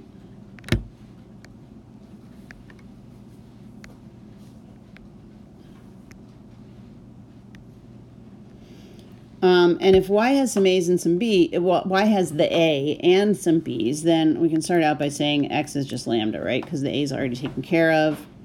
Y is going to equal the A followed by B to the Q, sum of the B's, where Q has to be greater than 0 because we said it has some of them, and less than or equal to m minus 1 because of what we had before. And so Z is going to be all of the rest of the B's, so B to the, let's see, we have MB's minus Q, and then everything else, C, D to the M. So this is, if we were doing the proof, we'd need to split it into these 3 cases, and this is what we would get. But that's not actually what the question is asking us to do. It's not asking us to do this whole proof. Hold on. It's just asking us some questions about X, Y, and Z. So we need to think about all those 3 cases and answer these questions. So let's see. Is it possible that X might equal lambda? Absolutely. We said that X can equal lambda if Y takes the A. So yes. Let's just do the lambdas first. Is it possible that Y might be lambda? Absolutely not. Y is never allowed to be lambda. Is it possible that Z might be lambda? No way, because we still have to get the rest of that string in there, so no. Now, it says, does X contain the symbol A? Well, that's possible, but not definite. Does X contain the symbol B? That's also possible, but not definite. Does X contain a C? Definitely not, right? The C is past the first M letters, and so the C has to just be part of the Z. And does X contain the symbol D? Definitely not again, right? Does Y contain an A? Well, maybe. It might be that that A goes to the X, in which case Y is just B's. Does Y contain the symbol B? Again, maybe, because Y could just be the letter A at the front. Does Y contain the symbol C? Definitely not, because remember, I mean, this is the same as before. We said the length of xy, length of xy, that says xy, trust me, has to be less than or equal to m. The xy part has to come in the first m letters, and we know for sure that C is after the first m letters, so nope. Does it contain D? Same thing, no. All right, does Z contain an A? Z definitely doesn't contain an A, right? Because Y has to have at least one letter, so Z definitely does not contain A. Does Z contain a B? Well, it's possible. Suppose that X was lambda and Y was just a single A, then Z could contain the symbol. Oh, wait a minute. Z could contain the symbol B, but think about it for a second. Since we have, let's pretend for a second that that the Y part used up all of the B's that it could. Suppose that M, just pretend for a minute, okay? So this is just a pretend. Pretend that M is 4, okay? We don't know what M is ever, but pretend M is 4. Then we would have 4 B's, and then a C, and then 4 D's, right? And since it's 4, here's the first 4 letters, right? So no matter what, Z is going to have that last B. So does Z contain B? Definitely. Does Z contain C? Definitely. Does Z contain D? Definitely. Okay, for this problem, I'm going to assume that you have the sheet of proof rules, the inference rules in front of you. The students had that when they did this. And so essentially, this page and the next page are 2 different options. I kind of taught 2 different approaches to the proofs when I gave this exam, and I've changed that a little bit. So what I'm going to do here for you guys is I'm going to cross that out and just write QED should go there. And also I'm going to get rid of this line number because for you guys there's no line number there with the QED in this particular proof. So let's take a look at just what am I asking here, right? So let me move this, here we go. The problem says a student was asked to prove the following tautology, right? And we have this right there. This thing implies B. Student forgot to do any indentation. The student forgot to put any reasons why each step was legal. And so the idea is down at the bottom here, come on, you are filling in these parts of the proof, right? And again, as I said, you have those proof rules next to you, so you don't have to memorize those. Okay. And the idea is we are trying to prove that line 1 here, where's my pointer? Line 1 here implies line 8. So for starters, we pretty much know, especially since I told you we're using a QED down here, that we have to use IP or CP. And if we're doing a line 1 implies line 8, then we're obviously doing a CP, right? So let's just fill in that very bottom line here. So for this one, we have a CP, right? And the reasons are going to be, we already know, right, 1 through 8, or sorry, the line numbers for the reasons, right? And the last column we have to fill in is, should this be indented? And the answer is no, we just have the QED. And I suppose if I gave this test again, I would have something to ask you whether it should have a line number on the left too or something. Anyway, let's take a look at what we have. So line 1 is obviously going to be our premise, and there's no indentation and there's no reason for our premise. And on line 2, we have B or A, right? And that's just, come on, pointer, the left side of this premise here. And so what we're going to do is we're just going to use the simplification rule. So no indentation here. We're not doing a subproof. And it's going to be just our simplification of line 1, right? We have A implies B next on line 3. And that is the right-hand side of the and here in our premise. So we can just do exactly the same thing again. There's no indentation, and it's a simplification from line 1. Line 4 says not B. Now, this is interesting here, right? Because it says not B, and I don't see anything above here that could possibly be giving me the not B here, right?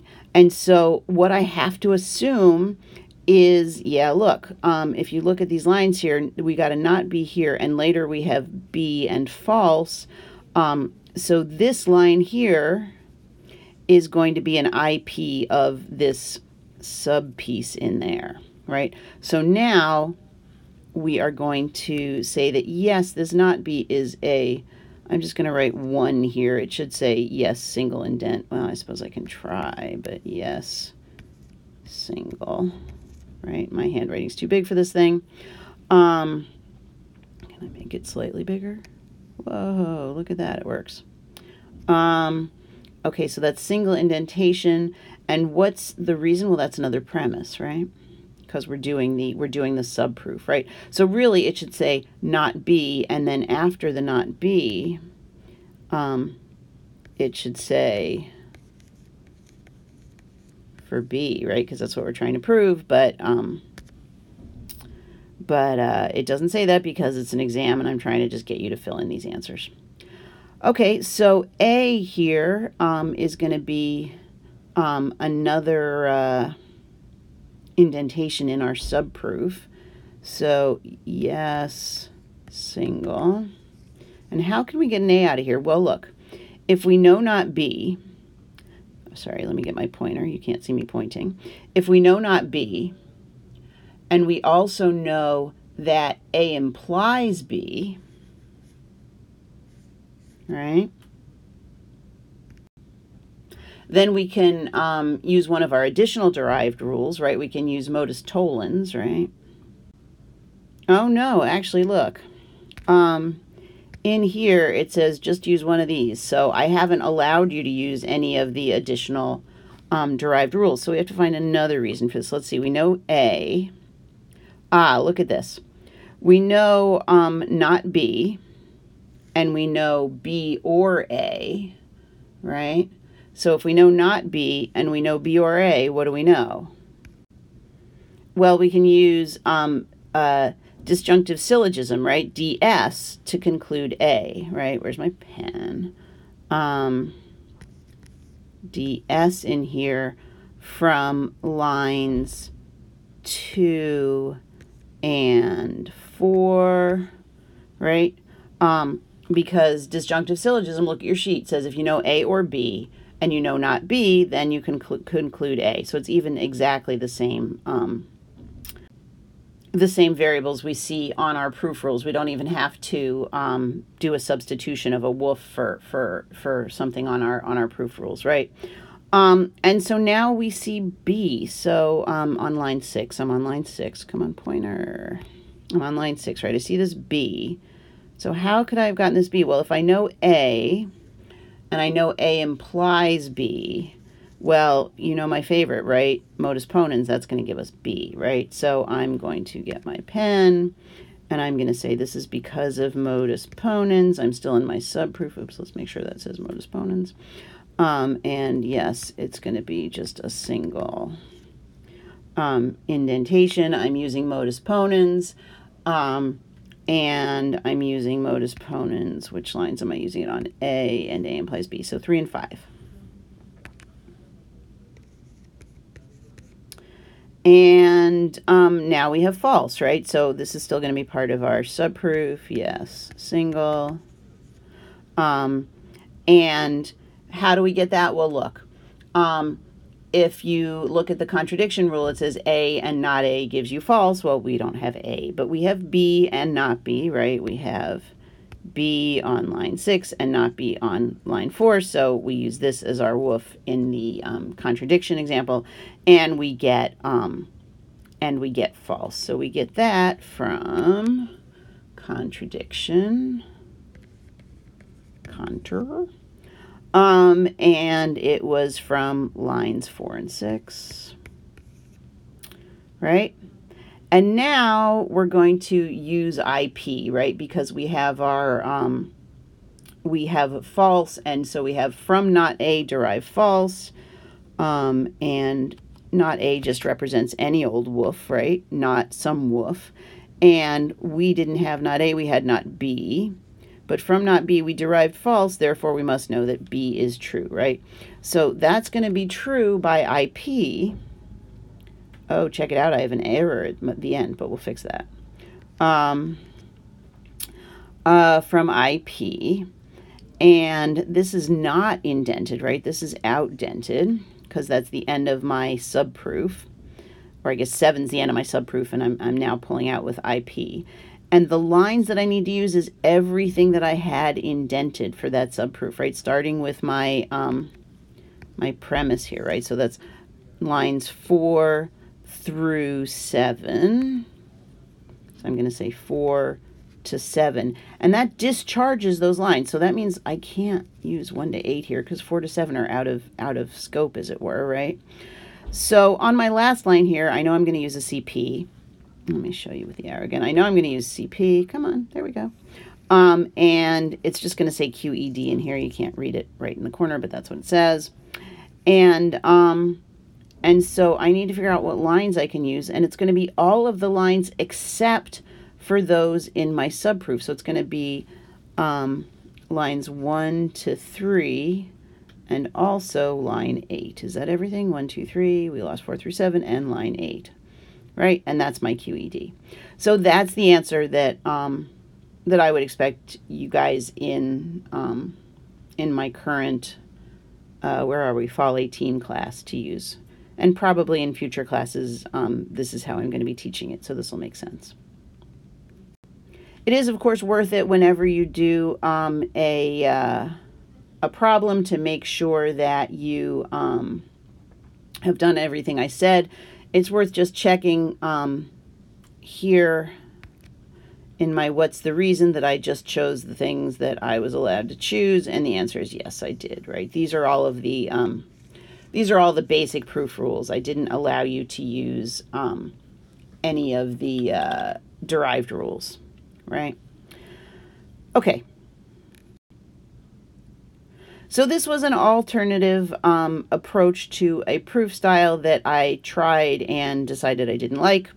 And if you look at the note here, it says, do not do both, either do this one or the one on the previous page. So for you guys, we're just going to cross this out. It's totally irrelevant. Don't worry about this at all. Okay, last problem. So we have, suppose that h of x means x is a house, p of x means x is a person, g of x means x is made of glass, L of xy means x lives in y, and S of x means x throws a stone. So the question is, we want to say someone who lives in a glass house does not throw a stone.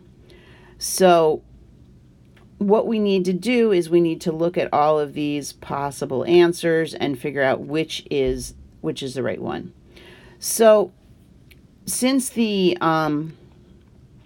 statement says someone who lives in a glass house doesn't throw a stone, if I look at all of these answers, sorry, I've looked at them, but you guys probably haven't, right? They sort of fall into two groups, right? They have the quantifiers out here at the beginning, right? And it's either for all x, for all y, or, does not exist in x, does not exist in y, or sometimes exists in x, exists in y, right? But so we have that stuff out at the front. And then everything else is we've got some p's and we have a bunch of ands imply this, or we also have some that are just all ands, and there's some, nots and yeses and whatever. So let's take a look.